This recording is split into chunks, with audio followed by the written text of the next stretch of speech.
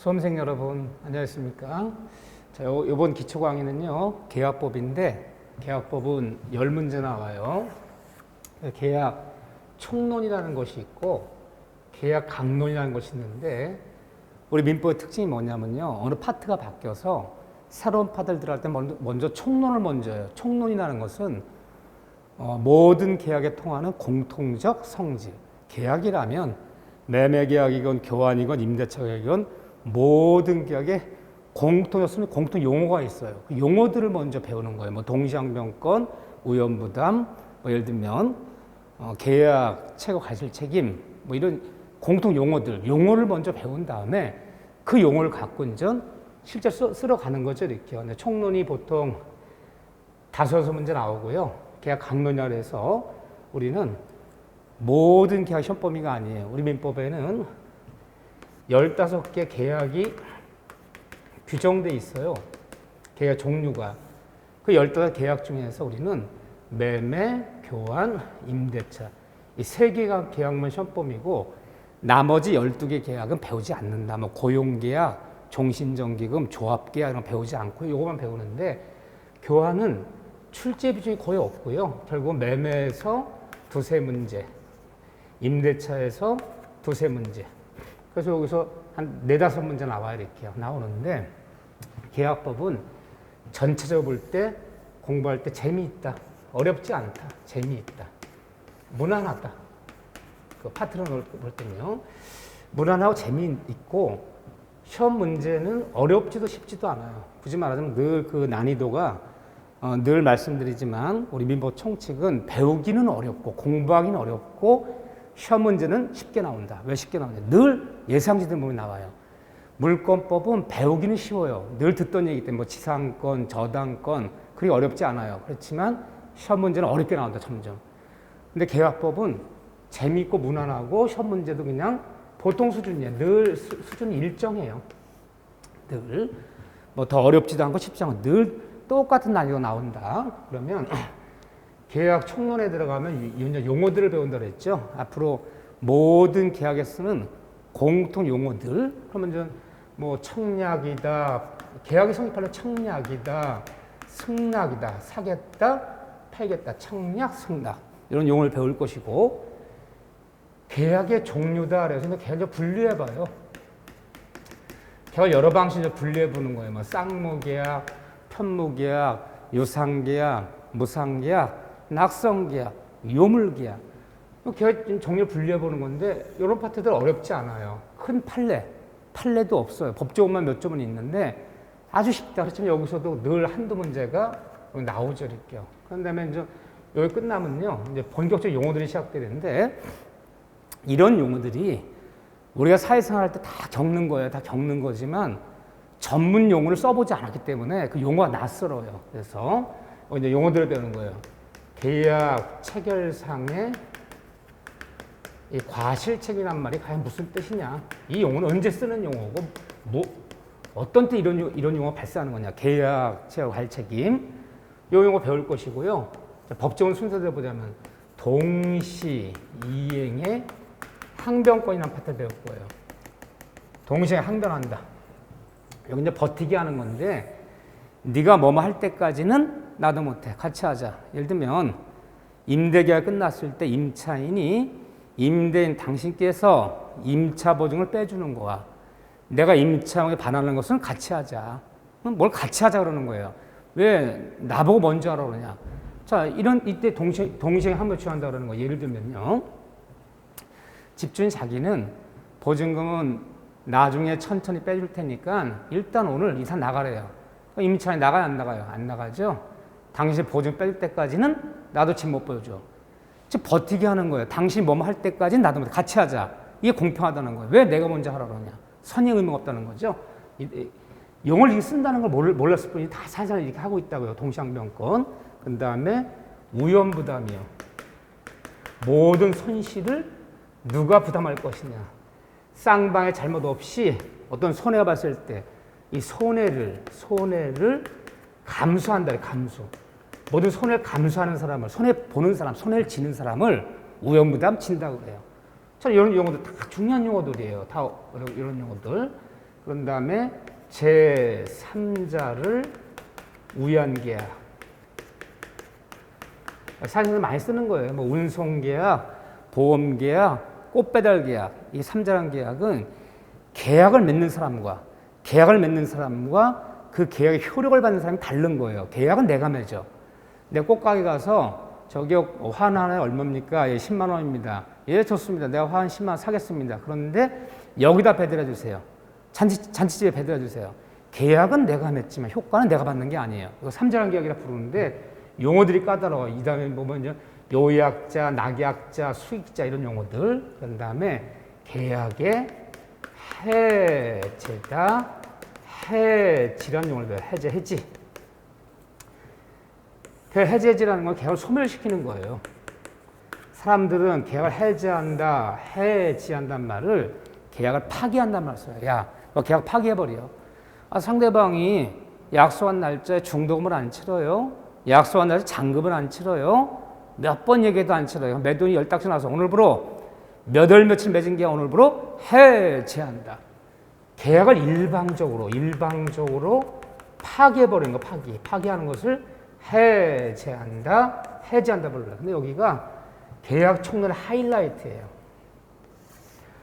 다 사회생활 때 써야 되는 용어들인데 용어를 이렇게 쓴다는 걸 정확히 몰랐을 뿐이에요. 여기 완전 쏟아지는데 여기서 보통 세 문제가 나와요. 이렇게요. 보통 세 문제. 그럼 거기 다 나오는 거, 네 문제 나온 적도 있어요, 물론요. 거기 다 나온다 보면 되죠. 자, 이런 것들 계약 총론에 논하는 것이고, 이 다음에 매매에 들어가면, 매매에서 이제 중요한 파트가 뭐냐면요.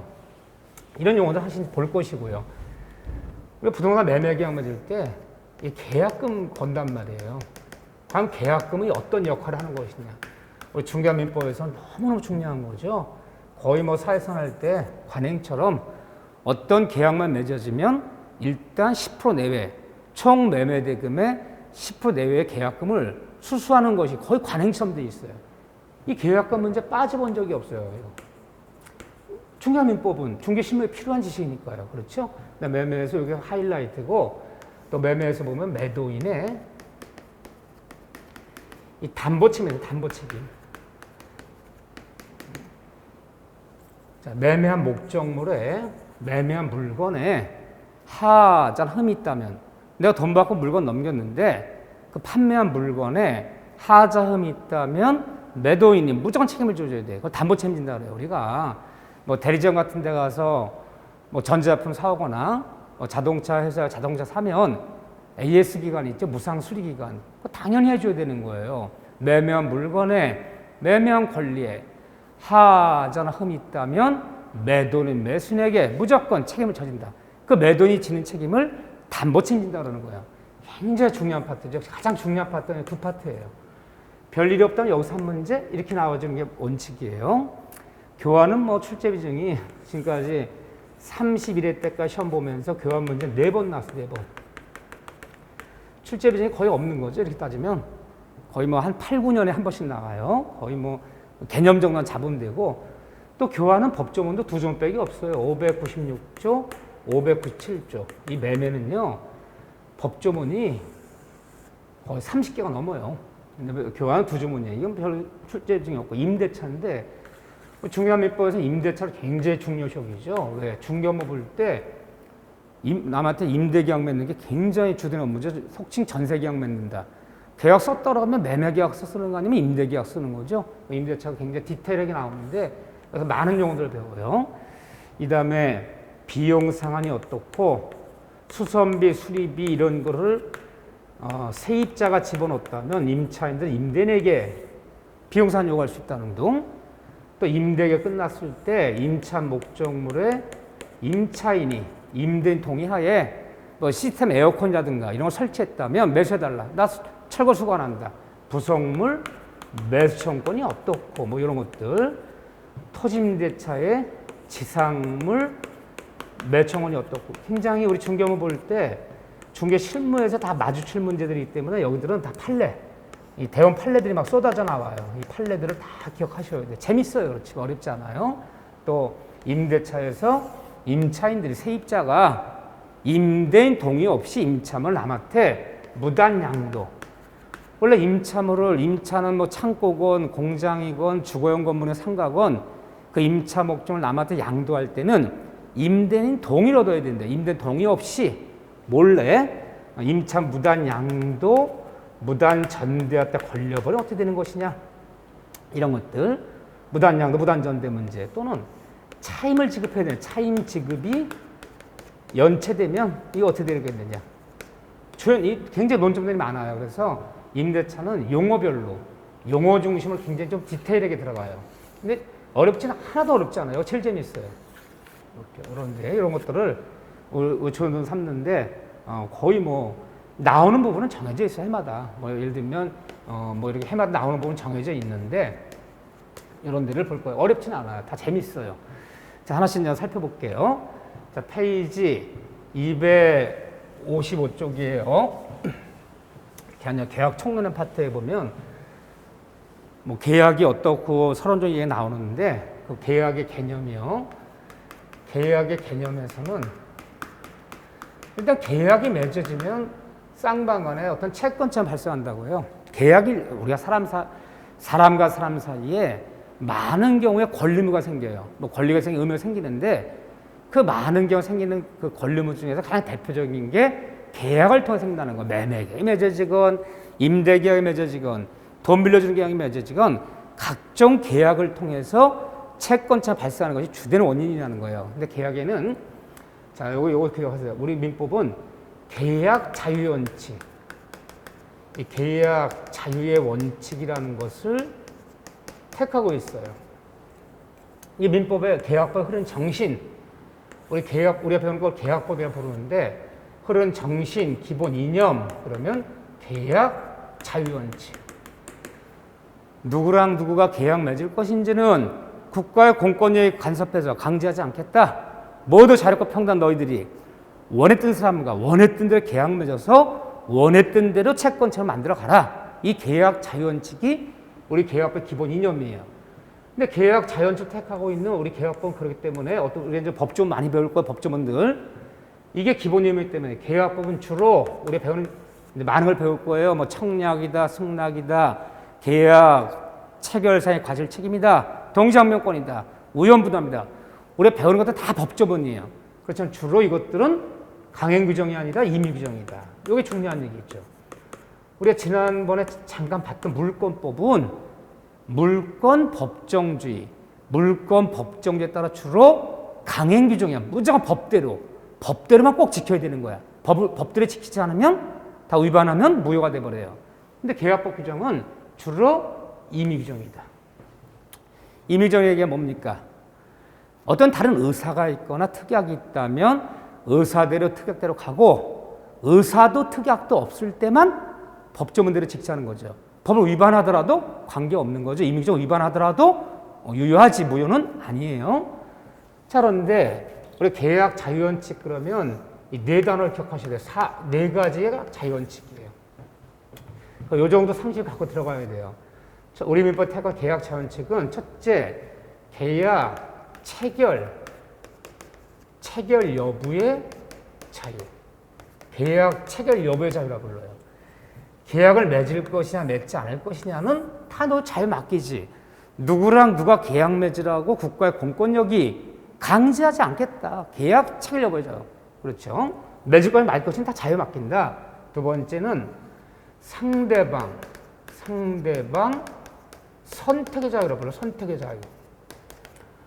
어느 상대방 선택할 것인지는 다 너희들 자유 맡기지 꼭 이 사람이랑만 계약 맺어라. 너는 쟤랑만 계약 맺어라. 사람을 강제하지 않겠다. 상대방 선택 자유. 자, 세 번째는 내용의 자유예요. 계약 내용의 자유. 계약 내용을 어떻게 정할 것인지는 다 너희들 의사표시해서 자유롭게 결정해라. 아파트 매매할 때 얼마에 매매할 것인지, 중도금 잔금 언제 치를 거야. 다 내용 결정을 알아서 결정해라. 내용 결정 자유. 네 번째는 방시 자유. 어떤 방식으로 계약을 맺을 것이냐, 구두로 계약 맺을 것이냐, 서면으로 작성할 것이냐, 또는 뭐 전화로 계약 맺을 것이냐, 다 자유로운 거지. 꼭 계약서 서면만 작성해야지 계약 맺어지는 거 아니잖아요. 구두로도 전화로도 계약을 성립해요. 방시해도 네 가지 자유예요. 체결 여부의 자유, 용어 정도 봐주셔야죠. 상대방 선택의 자유, 내용 결정의 자유, 방시의 자유, 이것을 우리가 4대 계약 자유 원칙이라 불러요. 이 원칙 하에 자본주의 사회가 비약적인 발전을 한 거예요. 그렇지만 이 계약적 원칙이 우리 계약부 흐르는 기본 이념이고 기본 정신이지만 이것이 무한정 자유는 아니라는 거예요. 이제 와서는 이제 이게 이제 출발점이에요. 그렇지만 이제는 계약 자유 원칙도 제한을 받는다. 무한정 자유는 아니다. 이제. 왜 제한하느냐? 공공복리, 더불어 잘 사는 사회, 이념하에 계약적 원칙을 제한받는 거지 무한정 자유는 아니에요. 그럼 우리가 보면 이 방시 자유 같은 거 다 자유지만 토지거래 허가 지역에서는 국가로부터 시장 구청 내에 허가 안 받으면 매매를 유효하게 인정 안 하잖아요. 허가 받아라. 농지를 매매할 때는 읍면장 같은 사람들의 농지 취득 자격증명 갖고 와. 근데 방식을 제한하잖아요. 뭐 때문에? 공공이 때문에. 내용 결정 자유. 주택 임대차에서 상가 임대차에서 아무리 집주인과 6개월, 1년 계약만 했더라도 무조건 2년 보장해. 또는 근로기준법상 최저임금제가 있잖아요. 그럼 고용인과 피고인 만나서 얘 시간당 7,000원만 주십시다. 예, 좋습니다. 7,000원 받고 일하겠습니다. 니네 마음대로 7,000원 되는 거 아니에요. 최저임금 8,000 몇백 원 보장해줘야 돼. 이런 식으로 공공운이 이념하에 내용 결정 자유도 방시 자유도 단전 제한받아요. 무한정 자유는 아니다. 제한받는데 하나만 기억하세요. 현대민법에서 무한정 자유는 아닌데 공공운이 이념하에 계약 자연칙도 이 네 가지도 제한을 받는데 이 중에서 가장 많은 제한을 받는 게 뭐냐 그러면 이 중에서 내용 결정 자유 이게 가장 많은 제약을 받아요. 굳이 말하자면 주택임대보호법, 상가보호법, 근로기준법, 무슨 최저임금 무슨 법, 무슨 뭐 중개사법 이런 데 보면 법 중개 보수도 아무리 합의해도 내 마음대로 얼마서 못 받아요. 뭐 0.9% 이내에서 뭐 협의하라, 0.5% 이내에서 협의하라. 법정 중개 수수료를 초과하는 초과 약정은 무효이다. 그래서 중개 수수료도 막 합의하고 내용 결정 내 마음대로 더 받을 수 있는 거 아니잖아요, 이렇게요. 그래서 이 많은 것 중에서 가장 많은 제한을 받는 것은 공원 이념하에 내용 결정에 가장 많은 제한을 받는다는 거. 이 한 가지 정도는 기억하세요. 그냥 나온 김에 이 정도는 익혀주셔야 돼. 계약자유 원칙, 그럼 4대 자유 원칙, 체결 여부 자유, 상대방 선택 자유, 내용 결정의 자유, 방시 자유. 그렇지만 이 이념하에 제한을 받는 거지 무한 자유는 아니다. 가장 많은 제한을 받는 것 이 중에서 내용 결정 자유가 가장 많은 제한을 받는다. 이렇게 봐주셔야 돼요. 이렇게 이런 얘기들이 나와 있고, 계약의 종류다 그래서요. 이제 앞으로 많이 쓸 용어들이에요.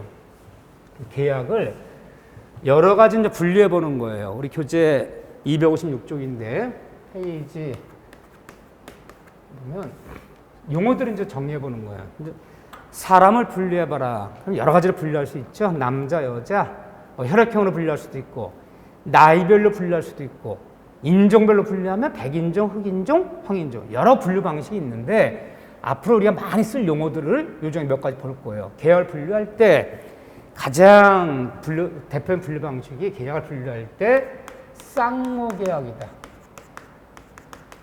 쌍무계약이다. 편무계약이다. 쌍무다. 편무다. 이렇게 분류하는 게 대표적이에요. 쌍무계약, 편무계약. 쌍무, 편무. 물론 1번이 한자 용어예요. 그런데 쌍무라는 것은 뭐 그 용어에서도 단어에서도 풍기듯이 쌍방이 서로 의물지는 거. 갑과 을이 계약 맺으면 서로 의물지는 거. 쌍방이 서로 의물지면 쌍무계약. 편무라는 것은 계약이 체결됐을 때 일방 한쪽이요. 일방 한쪽 사람만 의물져요. 타방 의무가 없어요.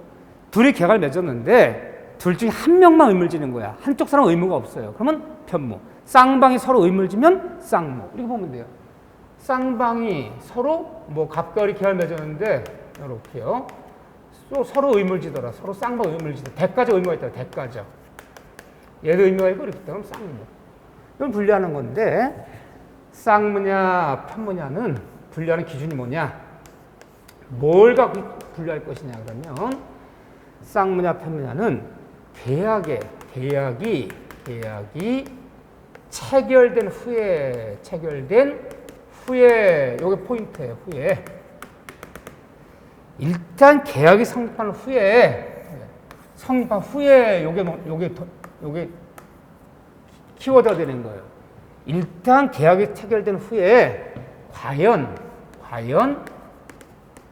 누구에게 의무가 있느냐?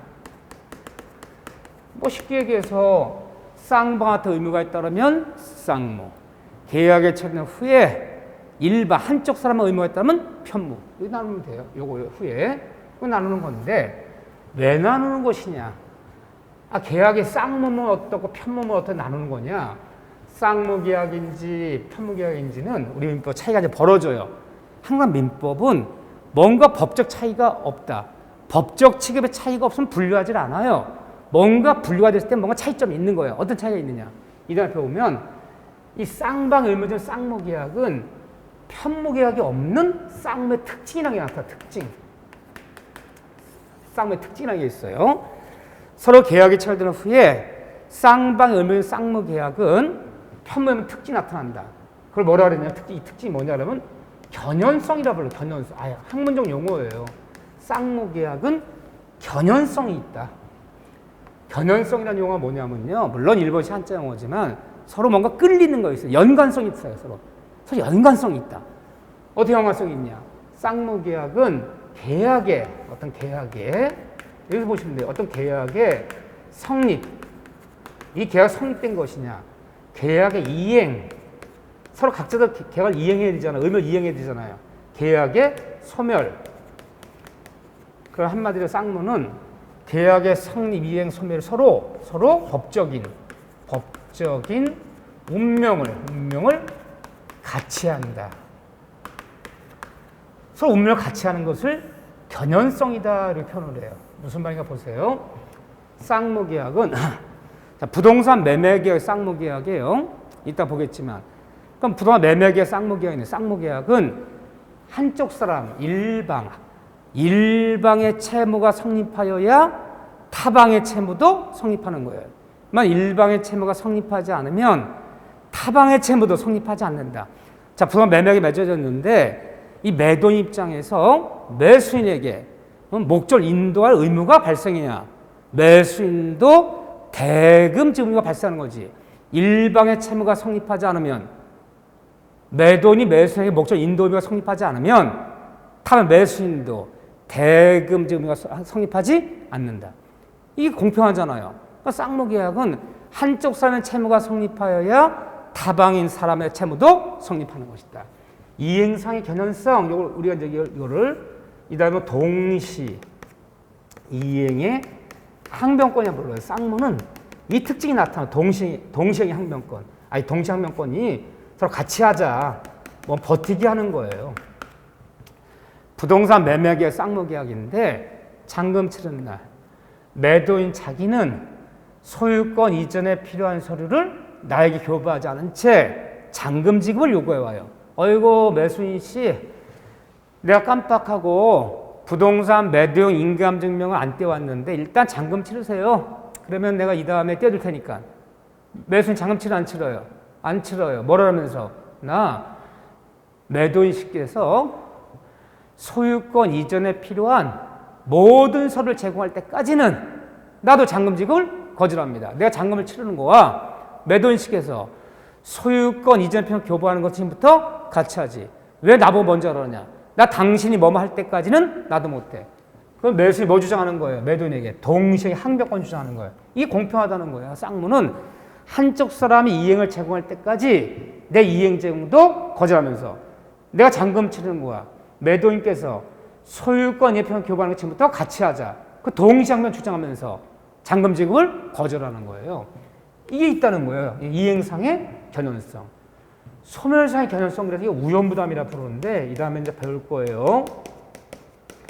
이 쌍무 계약에서 누구의 잘못 없이 건물을 매매했는데 그 매매한 건물이 잔금칠 3일 전날, 천재지변동으로 그 매매한 건물이 지진을 무너졌어요. 그럼 매도인 잘못이 아니잖아요.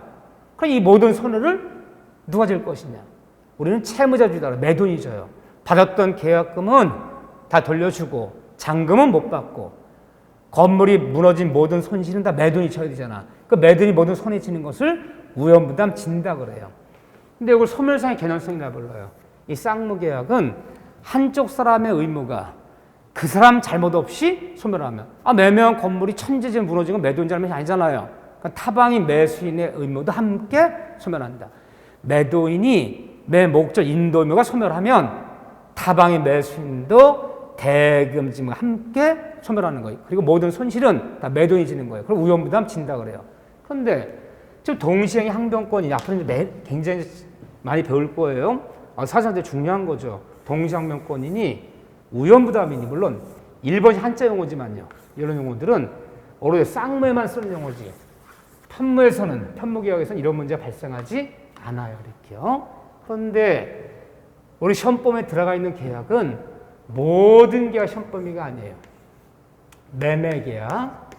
매매계약, 교환계약, 임대차 계약 이 세 개 계약만 시험 범위인데 우리 시험 범위에 들어가 있는 매매, 교환, 임대차 모두 쌍무계약이에요. 우리 편무계약 시험 범위 없어요. 그렇기 때문에 편무계약이 뭔지는 알 필요도 없어. 다음 편무계약의 대표적인 것은 증여하는 것, 증여계약. 너에게 이 시계 하나를 주겠다. 예, 감사히 받겠습니다. 증여계약이 맺어지면 준다는 사람은 의무가 있지만 받는 사람은 아무 의무가 없잖아. 받기만 하면 되잖아요. 이 증여가 대표적인 편무계약이에요. 근데 우리는 시험범위 없어요. 우리는 모두 쌍무의 시험범위에 있다. 매매, 교환, 임대차 모두 쌍무계약이기 때문에 우리가 배운 이 세 가지 계약에서는 이 문제가 반드시 발생한다. 이 문제가 반드시 발생한다. 앞으로 많이 들을 얘기고요. 두 번째는 또 계약을 분류하는 방식 중에서 용어들이 익히자는 거예요. 용어들을 한 번에 다 하라는 거 아니에요. 앞으로 서서히 가면서 좀 가랑비 옷젖이 스며들 건데 말쓸 용어가 유상계약이다. 무상계약, 유상이다, 무상이다. 또 이 얘기를 많이 쓸 거예요. 유상계약, 무상계약. 유상이라는 것은 계약의 전 과정을 놓고 볼 때 내가 뭔가를 주는 거예요. 내가 뭔가를 주지만 이에 상응하는 대가를 받는 거예요. 그냥 공짜로 주는 게 아니잖아. 내가 당신한테 뭔가를 출연한다. 출연. 재산 내놓는 걸 출연하지만 이에 상한 대가를 요구하는 거. 대가 요구하면 유상. 아무런 대가를 요구하지 않으면 무상. 그런데 유상이냐 무상이냐는 뭘 갖고 판단하는 것이냐. 그러면 유상, 무상은 계약의 전 과정을 통해서 계약의 전 과정을 놓고 전 과정을 통해서 단 한 번만이라도 내가 뭘 주는 거야, 뭘 주지만 뭔가 단 한 번만이라도 대가를 받았어. 대가를 받으면 유상이야. 계약의 전 과정을 놓고 볼 때 내가 뭔가를 주지만 한 번도 대가를 받지 않아서 한 번도 그러면 무상이야. 한 번만이라도 대가를 받으면 유상. 한 번도 대가를 받지 않아야 무상이 되는 거야. 전 과정을 놓고 전과를 통해서 결정하는 건데 왜 나누는 것이냐? 유상계약이 어떤 무상이 어떤 데 나누는 것이냐? 구별 실익이라 그래요. 구별 이유. 구별해야 될 이유가 뭐냐? 있어요. 구별 이유가. 대가를 받는 뭔가 내가 주는 거야. 주지만 이에 상한 대가를 요구하면 유상이라고 했어요. 대가를 요구하고 대가 받는 유상에는 반드시 이 담보 책임이라는 게 있어요. 이 담보 책임을 준용한다 그래. 준용. 뭔가 대가를 받아서 뭐 교환 계약이건 임대차 계약이건 매매 계약이건 다 유상 계약인데 내가 대가를 받았어요. 대가 받고 넘긴 물건이나 어떤 권리에 하자는 흠이 있다면 무조건 책임을 져줘야 돼. 이 담보 책임이란 말이 나와요. 그런데 무상 계약에는 담보 책임이란 말이 없어요. 담보 책임진단 말이 없어요.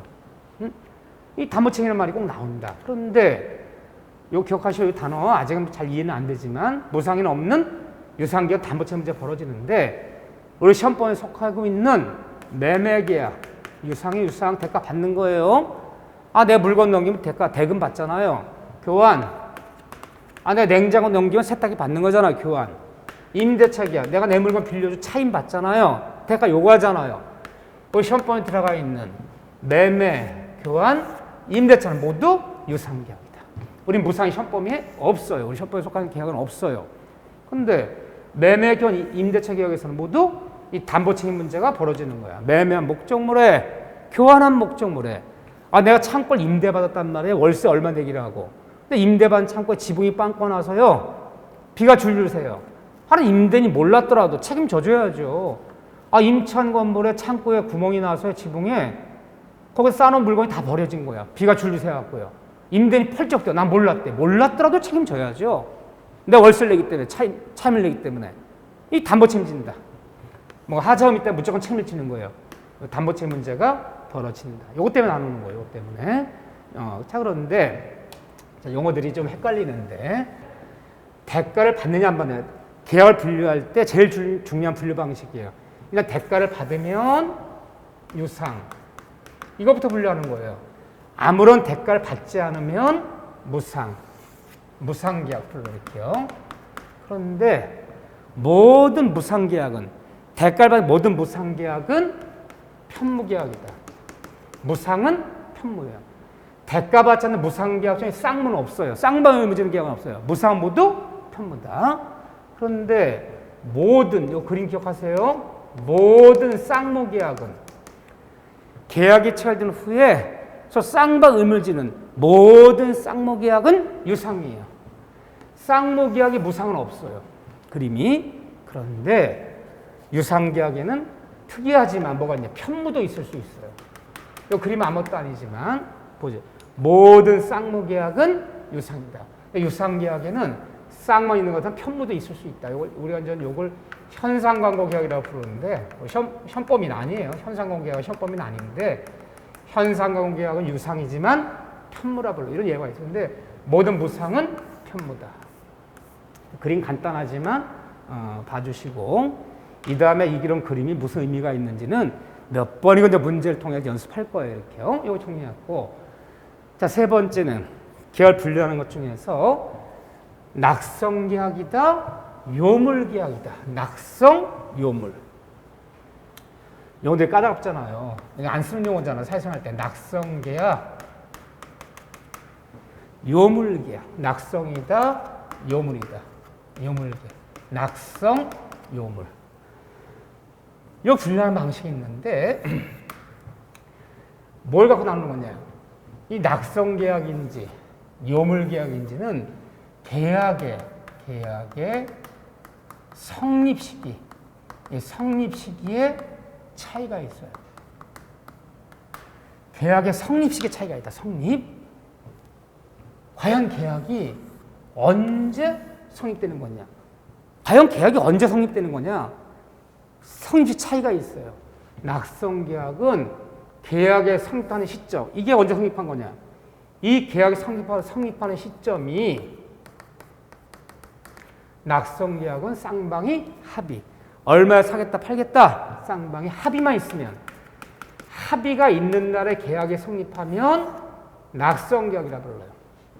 그럼 우리가 보통 부동산 사업할 때 예를 들면 12월 20일 날 토지 한 필지를 5억에 사고 팔기로 하자. 합의됐어요. 그 증거로 계약서 쓰자.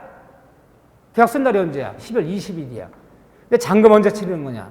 실제 잔금을 치르고 매매한 부동산 명도하는 날은 1월 20일로 잡았어요. 그럼 계약서는 12월 20일 날 쌍방 합의가 이뤄요. 얼마 사고 팔기로 하자. 합의가 이뤄진 12월 20일 날 계약이 성립하면 낙성계약. 실제로 대금을 지급하고 물건 인도 받는 날이 매매가 성립하면 1월 20일이 되는 거예요. 그런데 매매계약은 낙성계약이야. 쌍방 간에 합의가 이뤄진 10월 20일 날 계약이 성립하면 낙성계약. 그럼 요물계약은요, 실제로 합의만 갖고 안 돼요. 합의 플러스 이 합의한 거에 따라, 이 합의한 거에 따라 실제로 어떤 행위가 모두 완료가 되어 성립하면 요물이라 부르는 거야. 그 실제로 합의된 거에 따라서 매순이 잔금 치르고 매도인이 매 목적 인도한 날은 1월 20일이야. 그러니까 1월 20일날 계약이 성립하면 요물.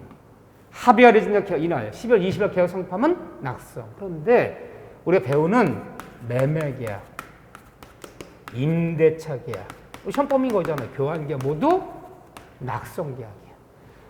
얼마 사고 팔기를 하자. 합의가 이루어진 날에 계약 성립하는 거지 실제 잔금 치르고 물건 인도한 날 매매가 성립하는 거 아니에요. 그래요. 이 건물을 보증 얼마에 월세 얼마 내기로 합시다라고 임대 계약서는 12월 20일 날 썼어요.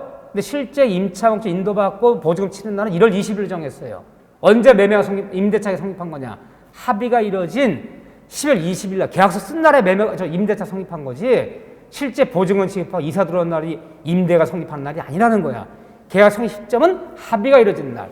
합의만 갖고 계약 성립하면 낙성. 합의 플러스 실제로 일자 행위까지 완료돼 성립하면 요물계약. 그런데 시험 번에 들어가 있는 매매계약, 임대차 모두 낙성계약이다.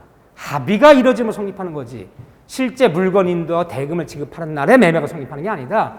그러면 그 잔금 치르고 매매한 부분 명도 받는 1월 20일 뭐예요? 12월 20일 날 계약이 성립한 거, 매매가 성립한 거에 따른 그 잔금 치르는 날 이행하는 날은 이제 서로 가격 얼마를 이행하는 날이지. 잔금을 치르고 목적을 인도하는 1월 20일 날 매매가 성립한 게 아니다. 그러나 각자 얼마 이행하는 날이죠. 합의가 이루어져 계약 성립하면 낙성. 합의 플러스 일자 행위까지 계약 성립하면 요물 이렇게 부르는 거예요. 그 정도까지만 봐주시면 돼. 자, 이제 계약 성립이란 파트예요. 자, 페이지 앞으로 이제 우리가 많이 배우겠지만 258조. 어려운 거 아무것도 없어요. 용어들만 볼 줄 알면 돼요. 일단 계약이 성립해야지. 계약이 성립해야지만이 쌍방간에 무슨 채권 채무가 권리무가 발생하는 거다. 성립도 안 된 계약에서는 채권 채무 발생 여지가 없잖아요. 그런데 계약의 성립에는 뭐 계약이 성립한 거냐? 그게 세 가지가 있다. 이 세 가지가 우리가 민법을 배울 때 모두 계약 성립이라 부르는 거야. 첫째, 가장 대표적인 계약 성립은 쌍방간에, 갑걸 이따 칩시다. 갑걸 쌍방간에 합의. 합의가 이루어지면 계약 성립하는 거죠. 합의한 계약 성립. 자, 이때 갑이라는 사람 매도인인데 팔겠다를 청약이라고. 청약의 의사표시와 팔겠다.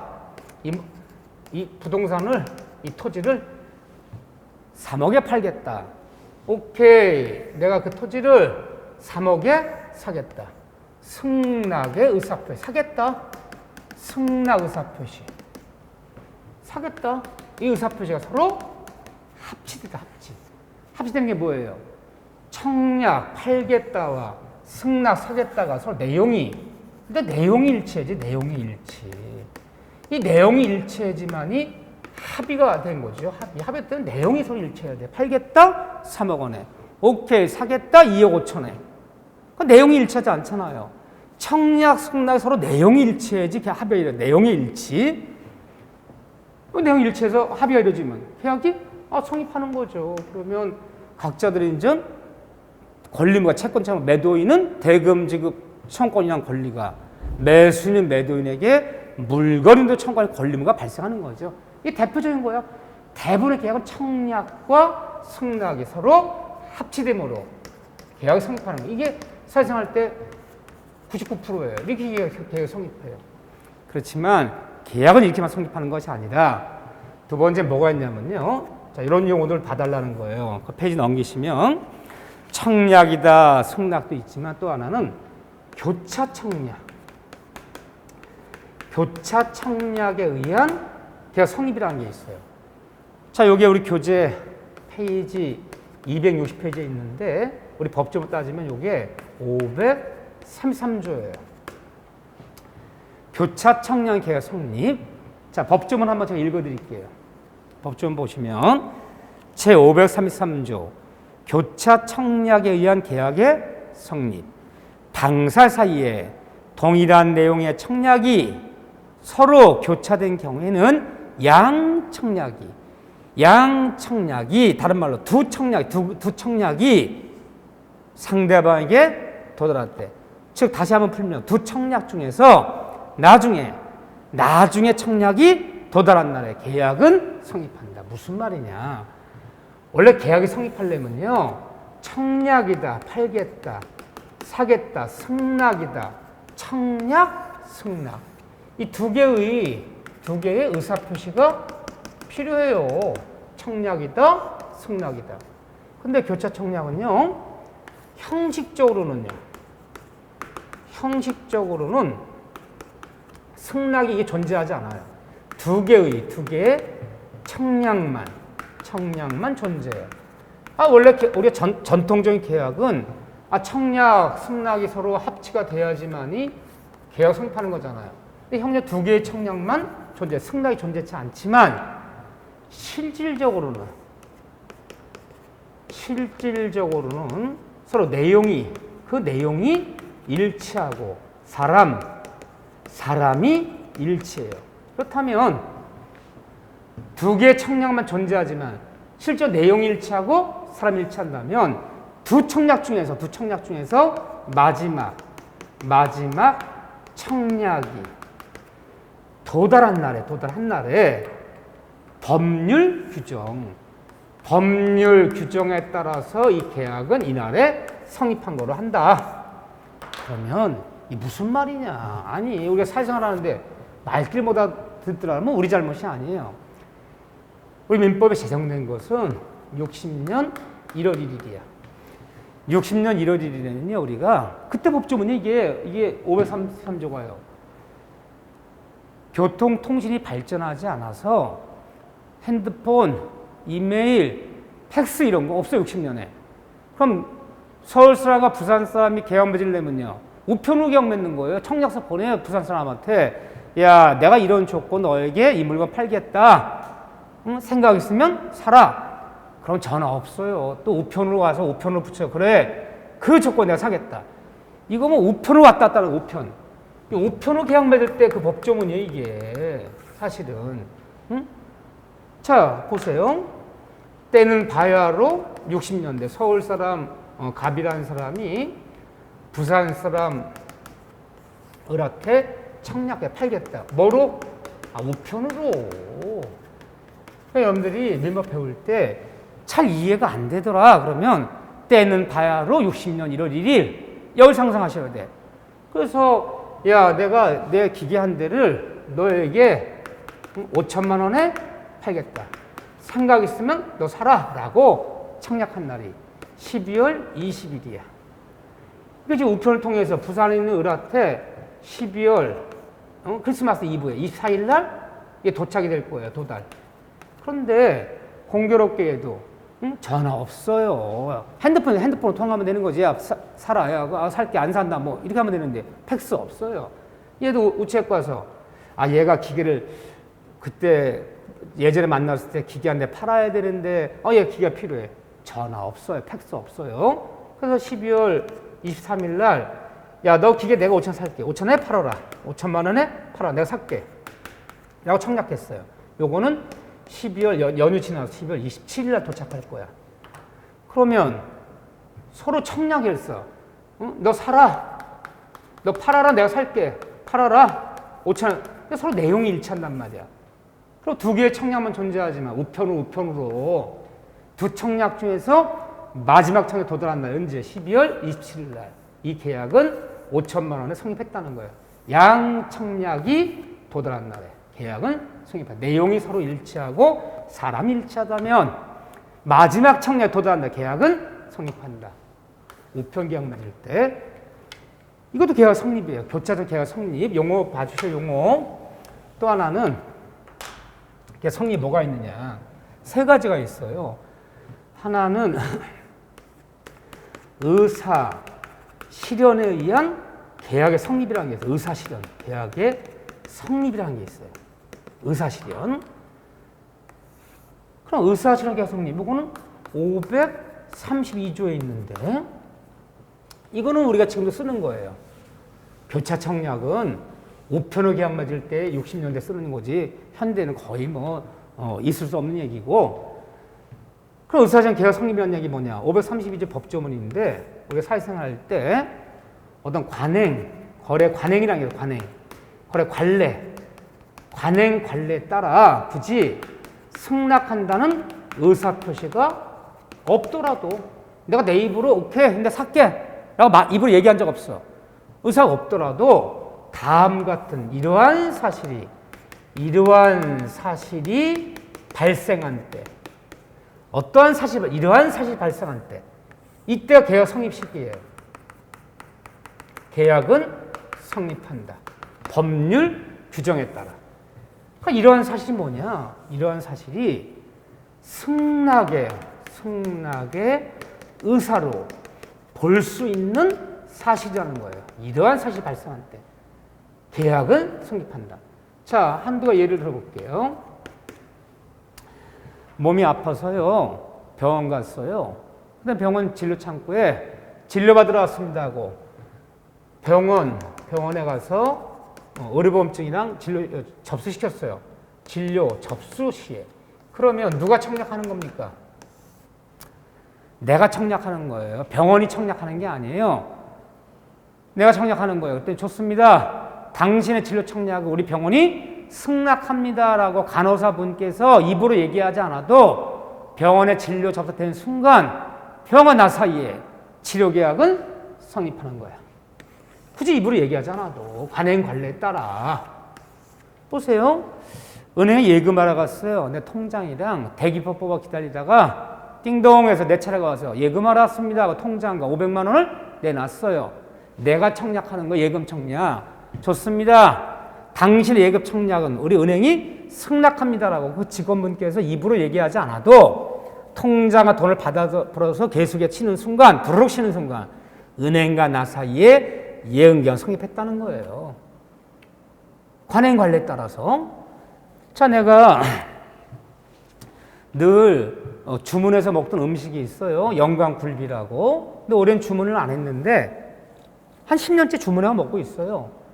왔어요. 굴비 2세트가. 예, 올해는 굴비가 많이 잡혀서 한 세트에 얼마입니다 하고 2세트 보냈어요. 늘 2세트 먹었거든요.